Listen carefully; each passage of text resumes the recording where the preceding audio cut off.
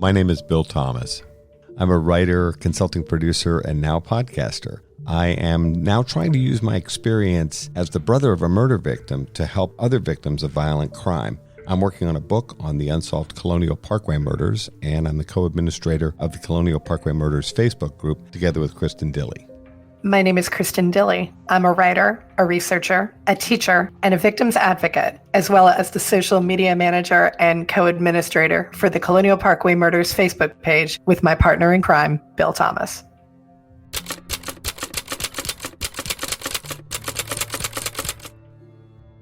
Welcome to Mind Over Murder. In this bonus episode, we return to an episode that originally ran in May 2021 regarding Ron Little and the mystery of Liberty Security and how it might tie into the Colonial Parkway murders.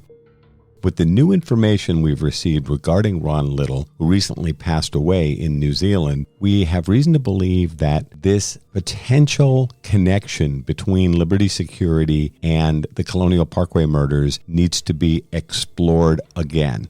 We'll be continuing next week with part 2 of a new episode regarding the tips we've received and information and questions we have still remaining in the unsolved Colonial Parkway murders. We hope you enjoy this bonus episode of Mind Over Murder. Welcome to Mind Over Murder. I'm Kristen Dilley. And I'm Bill Thomas. And welcome to another episode on the Colonial Parkway Murders. Today we are deep diving into a very interesting facet of this case, one that has certainly kept us up many a night with questions. And a fair number of our listeners have asked a lot of questions about this topic. Yes. So we are going to go ahead and do a deep dive into Liberty Security and its connections to several of the victims. We would like to state up front that we are in no way, shape, or form accusing anyone involved with Liberty Security of any involvement whatsoever in the Colonial Parkway murders. Neither are we implying it, and you should not infer it. We are simply presenting the fact that we are aware of with regard to Liberty Security and its operations and the people who operated within its orbit. Have I managed to word that well enough? Fair enough. Are there any loopholes in there that I may need to close before we continue? I like the use of the word orbit, since space is the final frontier and all. It really does feel like at a certain point when you look at all of the different victims in the Colonial Parkway murders and Colonial Parkway murders adjacent victims, it does seem like they all do orbit around one particular person or individual or entity, however you want to word this. That is we want to call him the owner. He's not the owner. We'll get into it. Okay, we'll get into it. Okay. And that is the person who for a short time was self-styled president of Liberty Security. And that is a gentleman by the name of Ronald John Little. Let's dig in here to the bio on Ronald John Little, first of all. Ron Little was a citizen of Auckland, New Zealand, who applied for an entry visa into the U.S. in 1985. And when he arrived in the U.S., he started out in California, but eventually moved here to Virginia.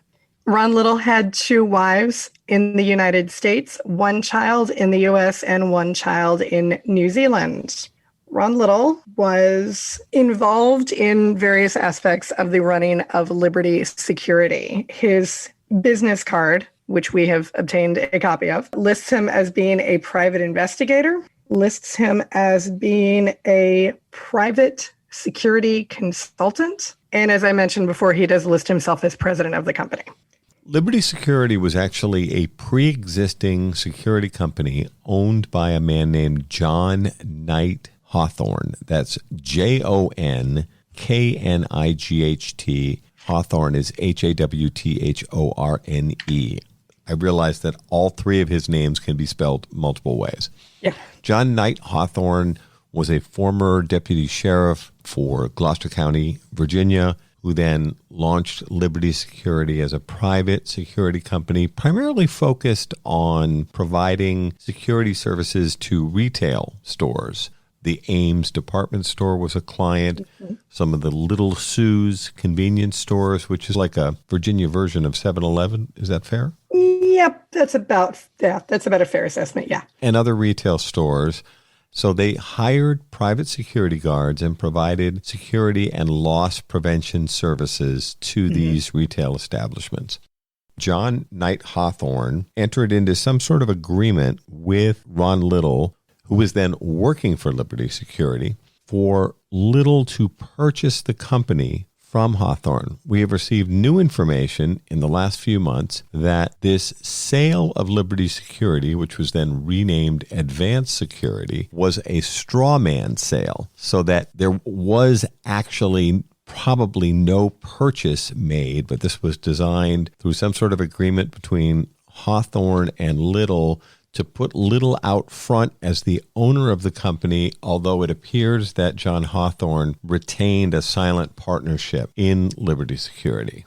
There are connections to several of the Colonial Parkway Murders victims and Colonial Parkway Murders adjacent victims. There are connections, which I'm going to get you to talk about in a second here, Bill, to Laurie Ann Powell, to Brian Pettinger, to Robin Edwards, to Keith Call, and to Cassandra Haley. Do you want to get a little more into detail about those connections? Laurie Ann Powell and Brian Pettinger, both of whom were murdered in late 1987, early 1988, and whose murders actually bracket the disappearance of Keith Call and Cassandra Haley, as we've talked about. Laurie Ann Powell worked as a secretary and did some bookkeeping, light bookkeeping, for Liberty Security. Her parents feel very strongly that her murder is directly linked to her professional work at Liberty Security.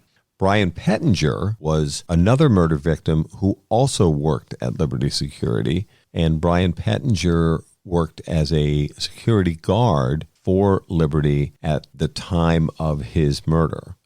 Less directly connected, but nonetheless worth noting, Robin Edwards, one of the Colonial Parkway Murders victims, has an indirect connection to Liberty Security in that Bonnie Edwards, her mom, worked in the office of Liberty Security. And then finally, and this one's a bit more tenuous, I think, Cassandra Haley's sister, Terry Haley, whom we interviewed just a couple of weeks ago, and we speak to frequently, Terry Haley had dated a former Gloucester County sheriff who did some moonlighting for Liberty Security. So it's possible that Terry Haley's brief dating relationship with this guy might have resulted in him meeting or seeing Sandy, her younger sister. So it's less of a direct connection, but it's worth noting nonetheless. So there we have the murder of 4 different individuals, and actually a total of 6 people when you consider Robin Edwards and David Knobling, and Keith Call and Cassandra Haley missing and presumed murdered. That's 4 homicides, 2 of them double homicides. It is mighty strange that this number of people have a connection, directly or indirectly, to a relatively small security company. We have unconfirmed reports recently that Liberty Security may have been trying to recruit Keith Call. Now, his family has no recollection of this, so we're not certain about this, but we have heard unconfirmed reports that Liberty Security may have been trying to recruit Keith Call to come to work for them as a part-time or full-time security guard. Now, Keith was a college student, but he was also a young, athletic guy in great shape, and he's the sort of person, like Brian Pettinger, that they were looking for to work as security guards, full-time or part-time, for Liberty Security and their retail clients. If it sounds like too much of a coincidence that this relatively small, as you mentioned, security company would have links to 4, possibly 6 potential murder victims, you certainly are not the only person who has thought that. The thread of connectivity between Liberty Security and the Colonial Parkway Murders victims, that is definitely something that has been brought up again and again over the years. Interestingly enough, though, the story of Ron Little and Liberty Security just gets weirder and weirder the longer that you look at it. The weirdness aspect of it actually comes into play in 1988 when Ron Little was arrested by the INS and was about to be deported to New Zealand. Now, we know that Ron Little is not the most stand-up guy in the world. Bill's kind of nodding and shaking his head. You can say that again. Yeah. The quote from some of the reporting on the Daily Press is particularly interesting here. According to Daily Press reporter Stephanie Sharp, who interviewed William Bittner, the INS agent for Southeast Virginia, he is quoted as saying that Ron Little has a rap sheet in New Zealand as long as my arm. And that is everything from counts of burglary to potential drug possession to grand theft auto. Apparently, for a while, Ron Little in New Zealand stated that he was a repo man and would, quote, go around and repossess cars that creditors said people owed money on. But most of the people were able to prove legal ownership, and in any country, that's grand theft auto.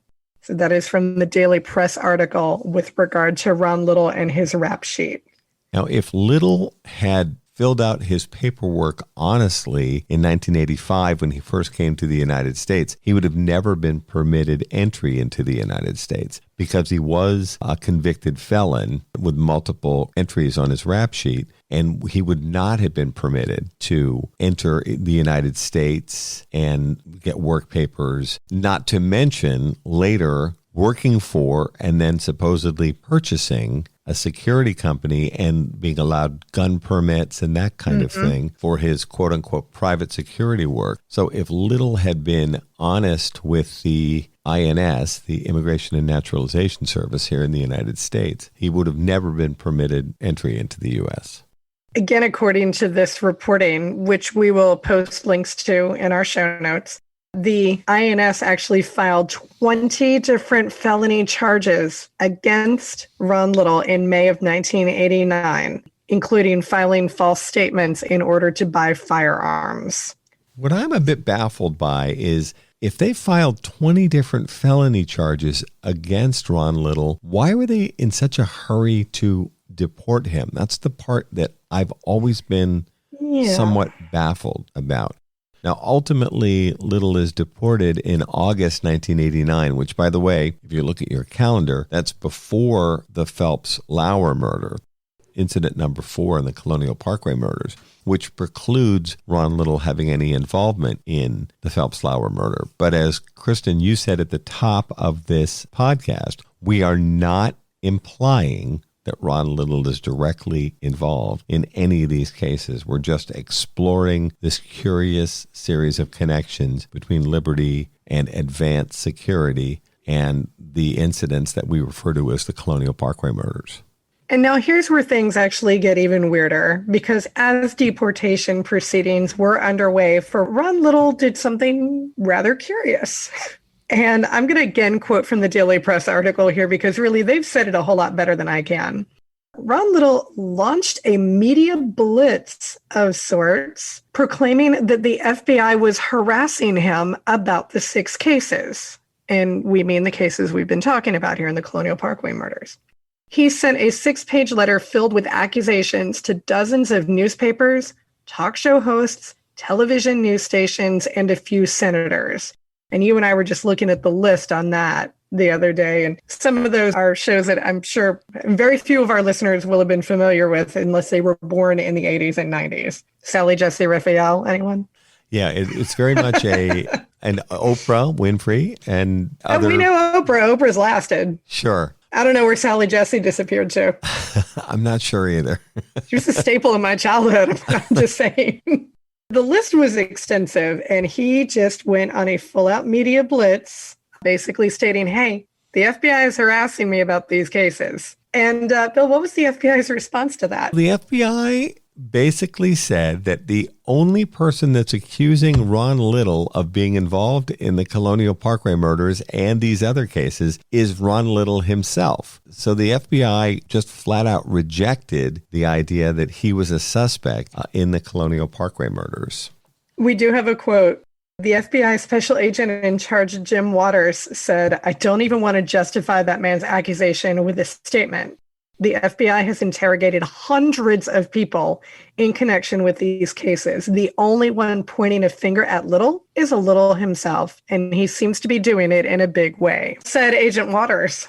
At the same time, we bring some of these facts up because Little has outed himself publicly. Yeah. And we wouldn't be offering this information if he hadn't put himself out there as a suspect. He also behaved very strangely regarding the murder of Brian Pettinger as well. As family members of Brian Pettinger have told us, Little announced that he was going to provide pro bono investigative services into the murder of Brian Pettinger.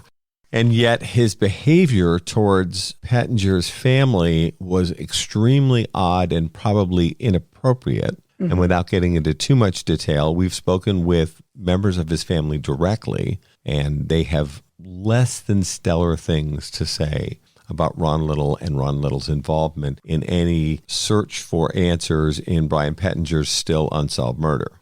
We're not going to read the full text of the letter here. We could be persuaded to do a bonus episode with a dramatic reading. I actually wouldn't mind that too terribly much. But it is a 7-page ramble. Rant? That's probably a good way to put it. Rant, diatribe, screed. Pardon the English teacher here. He does go getting on the synonym bandwagon. But yeah, I mean, when it gets to about page 6, you have a hard time with punctuation because there isn't any. You can definitely sense his frustration building up. It is. We do promise, the letter is so entertaining, though, we do promise to put up a copy of the letter in the show notes and on our websites because it's totally worth reading. One word of warning, there are no paragraphs. There are no paragraphs. No, it's 7 pages with no indentation at all. It just goes. It is. It definitely reads, and Bill, you can correct me if you think I'm wrong on this one. It definitely reads like a man with persecution mania almost. Like he's really laying out there that he has been harassed and bullied and vilified by all of these government agencies, INS, FBI. I think he said ATF in there somewhere, although I'm not sure where that came about. Yeah, the ATF is mentioned in the beginning of the letter, but then they never figure in any of the narrative. Never again, yeah. But it's okay, Ron. You covered a lot of other ground in your 7-page ramble. It definitely reads like someone who feels like he's being persecuted. And I don't know, it's one of the odder letters that I have read. Bill, what were your thoughts the first time that you read it? And keep in mind, Bill and I read all this material together, and we reread it before the show started, and there was a lot of groaning and rolling of eyes. Well, I'd forgotten just how long, and there are some periods in there, but except for a few periods, it's just this long run-on sentence almost. And I hadn't read it in a while, and I was just so floored that click from one page to the next, and it just goes on and on. And of course, he glosses over a lot of his own transgressions regarding not being truthful with the Immigration and Naturalization Service, not responding to questions in a straightforward manner, et cetera, et cetera. And yet at the same time, he just goes on and on. It's fascinating on some level. I do encourage consumption of your favorite caffeinated beverage before you start because you're going to need to gut it out to make it through 7 pages of text. You're listening to Mind Over Murder. We'll be right back after these messages. Welcome back to Mind Over Murder.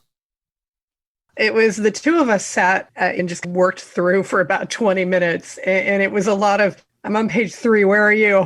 Just finished page 4. Oh my God, does this ever end? Will this ever end? Does this letter ever end? It is very interesting to get a glimpse of the mind of someone who legitimately feels like he was being massively harassed and persecuted. It's like, you did this to yourself, Mr. Little. You're the one who outed yourself to the press publicly. The FBI has said you have never been a suspect. They have never considered you a suspect. I'm very interested in why someone would decide, you know what, I'm going to make my life harder for myself. I'm going to make my life as hard as possible for myself by doing this. And he then went on to do interviews with radio, television, and newspapers. This is a pre-internet environment, and continued to accuse the FBI and the INS of railroading him. by the way, I'm not saying that the INS and the FBI treated Ron Little with kid gloves, probably far from it.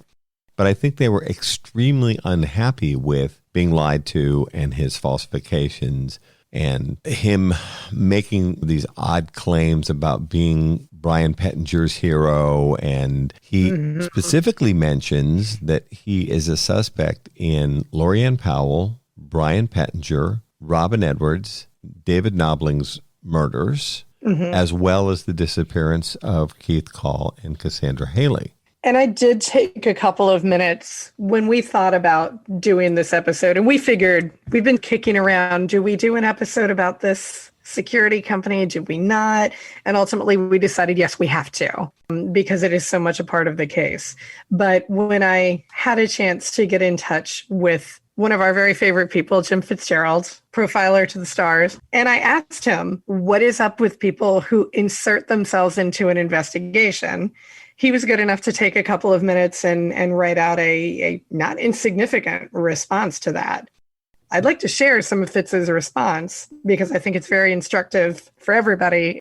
So we did ask Fitz specifically not only about this person, but also a second person who injected themselves into the investigation and outed themselves to the press in pretty much the same way 20 years later, was it not? Would that be Fred Atwell? That would be Fred Atwell. Imagine, what are the odds of two people outing themselves publicly as suspects in a major high-profile case when it actually turns out that probably no, they weren't suspects? Who would do? Let me go ahead and give you a little bit of insight here, and this is from Jim Fitzgerald, former FBI profiler.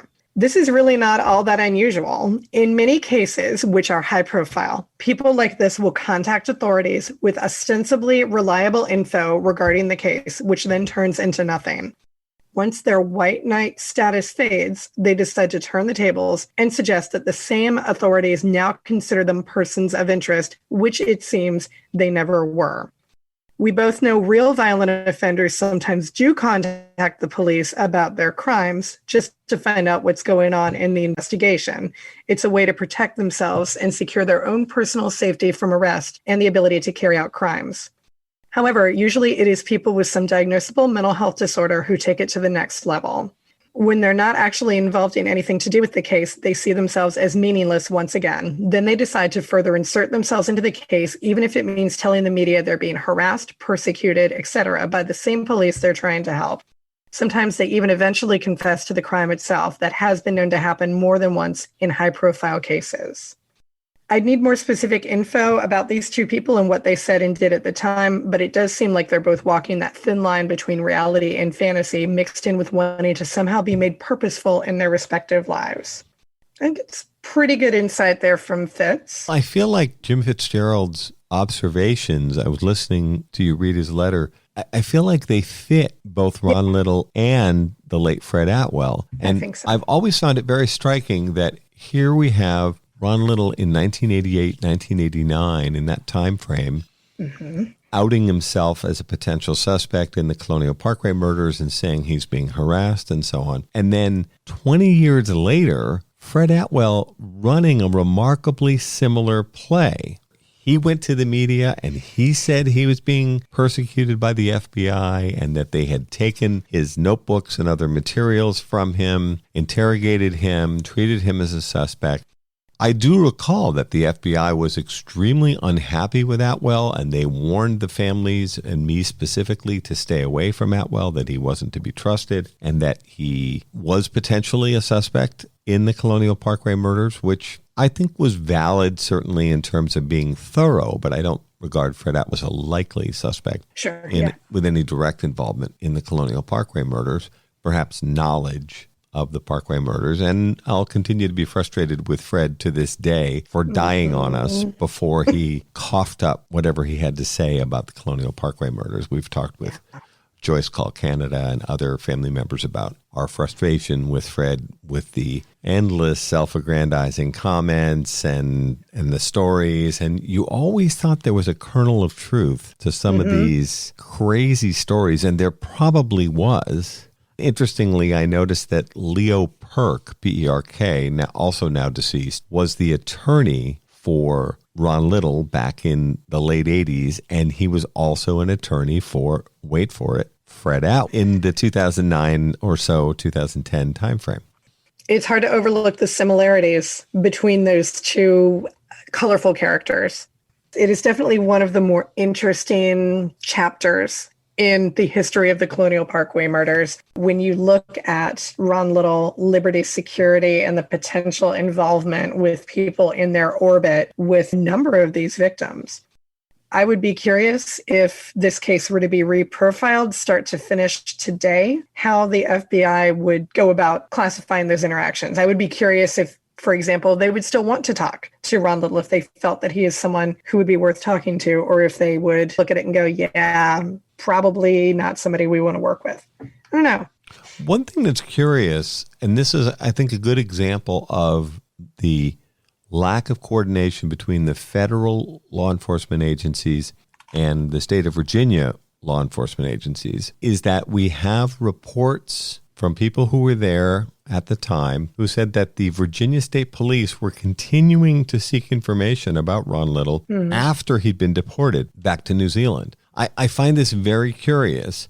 Yeah. To this day, I have never been able to figure out why the FBI and the INS deported Little if he really was potentially involved in some of these homicides. Yes, it is mighty peculiar for someone to go to the media and send letters to Oprah and Sally Jesse Raphael and senators and congresspeople and President Bush, by the way. Yep. George Bush, the father, who was president at the time. I do think it's mighty strange, but at the same time, why were we in such a big hurry to send Little back to New Zealand if he was potentially involved in the Colonial Parkway murders or some of the other unsolved murders, specifically Brian Pettinger and Lorianne Powell? It is an interesting question. If I were to run across him today, and by the way, we do not know where Ron Little is currently. We do think he's home in New Zealand. He did make it back to New Zealand, but we don't really have a good grasp on where he is now. I would be very interested to talk to him. I think you probably would be too. And probably one of my first questions would be, how is it that all of these people who are connected to your company, how did they mysteriously end up dead? Do you want to shed some light on that? I don't have any hope that we would ever get a true statement out of him. It seems like he's maybe not someone who has the best relationship with the truth. But it is interesting to note regarding Little's whereabouts that although Little was deported to New Zealand in August 1989, he did leave behind a wife and young son in Gloucester, Virginia, where they still reside. And we have unconfirmed reports that he may have made his way back to the United States via Canada with the facilitation of some friends. And so there are unconfirmed reports that Ron Little may have made his way back to Virginia and maybe residing somewhere in the United States. It's also worth noting that Ron Little is not his birth name. His name is actually Ronald John Sandilands, Sandilands, if he uses his father's name. Now, he seems to be using Little, which is his mother's maiden name, as his last name. And his third wife did take the last name Little as well. But it's very curious to see this guy who seems to have multiple names and aliases and countries, living in the U.S., Canada, as well as his native New Zealand. It all seems quite curious, and he does seem to have the ability to move about the country with little or no detection. So, Ron, if you're out there, we'd love to hear from you as to Kristen's questions and many others. Yeah. One thing that we have always found particularly interesting, and Bill and I alluded to this in our episodes with Joyce Call and Chris Call, concerning the night of that party at the University Square apartments, there were unconfirmed reports that there were people walking around the party, one of older than the college age crowd, one of whom had a very large snake with him. And again, we don't have confirmation of this. We don't know what type of snake, although when I imagine large snake, I think of a python or a constrictor. We do have some photos that were sent to us by a helpful tipster several years ago, one of which does include Ron Little with an absolutely massive constrictor, like not just in his arms or around his neck, but all over him. I'm fine with snakes, but actually that one freaks me out a little bit. If I saw a snake that big, I would. It has always been very interesting to me that we had those unconfirmed reports of the guy with the snake at the party. And then we have Ron Little, who outed himself as a person of interest, who also has not just an acquaintance with snakes, but apparently collected snakes and turtles and other types of reptiles, including a tarantula. Our tipster from a couple of years ago mentioned that he came over and showed her a tarantula one night, and that would send me running for the hills. Mm-hmm. I can handle a snake. I can't handle a spider. But it is that particular little piece of information has always been interesting to me, too, if you're trying to connect dots here, which I know a lot of us are. I was chagrined in preparing for this podcast recording today when I launched into song the Jim Stafford classic, I Don't Like Spiders and Snakes. And Kristen gave me the I have no idea what you're talking about response. Sorry, when I was a kid, there was a novelty hit called Spiders and Snakes by Jim Stafford, and we'll include a link for sure in the show notes. It's a classic. You'll absolutely love it. Jim Stafford, Spiders and Snakes. And apparently Ron Little did share an interest in spiders, snakes, and extremely large boa constrictor type reptiles. Yeah, that is not a snake I would have wanted to run into at any party or really just any place whatsoever. But that was an interesting little item of note that we received from one of our tipsters of several years back. Mm-hmm. And this is with photographs of her socializing with Ron and another mutual friend. And there he is in this picture with this gigantic snake wrapped around his shoulders. Yeah. We may put that one in the show notes, too. What do you think? Why not? The massive snake photo, yeah. There's certainly a number of colorful characters that inhabit the space of the Colonial Parkway Murders, but I would say that probably Ron Little and one of his associates, who we're not going to name just yet, but may get his own episode in the future. He and some of his known associates are very colorful characters that populate this 3-decade-long case. Joyce Call Canada and I have talked with Kristen about this several times. Fred Atwell was constantly in touch with both of us in the 2009-2010 timeframe and for several years thereafter. Atwell was obsessed with Ron Little and these older men that were supposedly at the college party that Keith and Sandy attended the night they went missing. By our estimation, Little would have been about 31 years old in 1988 when Keith and Sandy went missing. He fits the general description age-wise and in terms of interest. I don't know how I would put this delicately. Little and other people associated with Liberty Security, the men involved, seem to share an unhealthy interest in very young or sometimes even underage girls. Yeah. And so the idea that Little and other people he was associated with might have shown up at a college party with pretty young women who were probably age 17 to 21 or so does not surprise terribly much. No, not at all. We had received new information regarding people involved with Liberty Security and their potential involvement in the Colonial Parkway murders in a fair degree of depth just a couple of months ago now.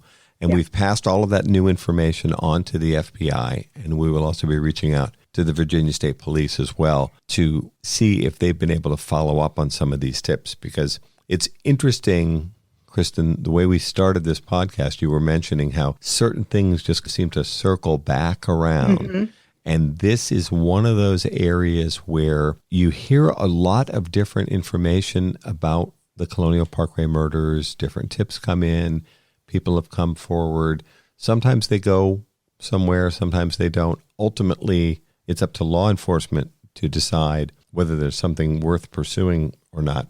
But it's fascinating that Liberty Security seems to come up over and over again. Yeah, it really does. And that may be virtue of the fact that this is still a relatively small area and people's lives overlap. When Bill and I first started talking about the case back in 2015 now? 15? Yeah, 2015. It was interesting to compare notes and see how many people I was already familiar with, or my dad worked with Keith Call's father. I was teaching with someone who knew Cassandra Haley.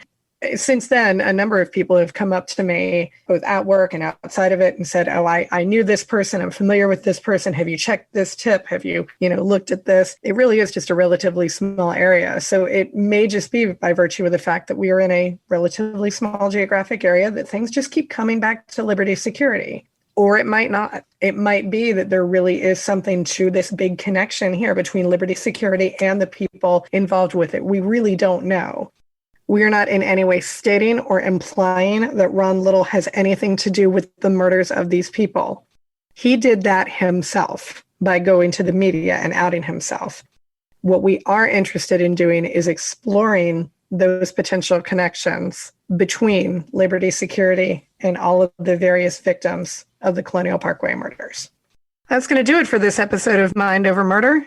If you have questions about any of the topics brought up in today's episode, please feel free to send us a message on our social media. And if you have any information with regard to Liberty Security, Ron Little, or anyone else, please make sure that you do send that information either to the FBI or to us. If you do have any information, we do urge you to come forward. Thank you so much for listening to Mind Over Murder. We'll see you next time.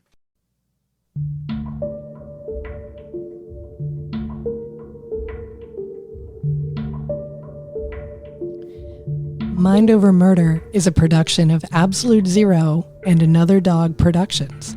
Our executive producers are Bill Thomas and Kristen Dilley. Our logo art is by Pamela Arnois. Our theme music is by Kevin MacLeod. Mind Over Murder is distributed in partnership with Crawlspace Media. You can follow us on Facebook, Twitter, or Instagram. You can also follow our page on the Colonial Parkway Murders on Facebook. And finally, you can follow Bill Thomas on Twitter at BillThomas56. Thank you for listening to Mind Over Murder.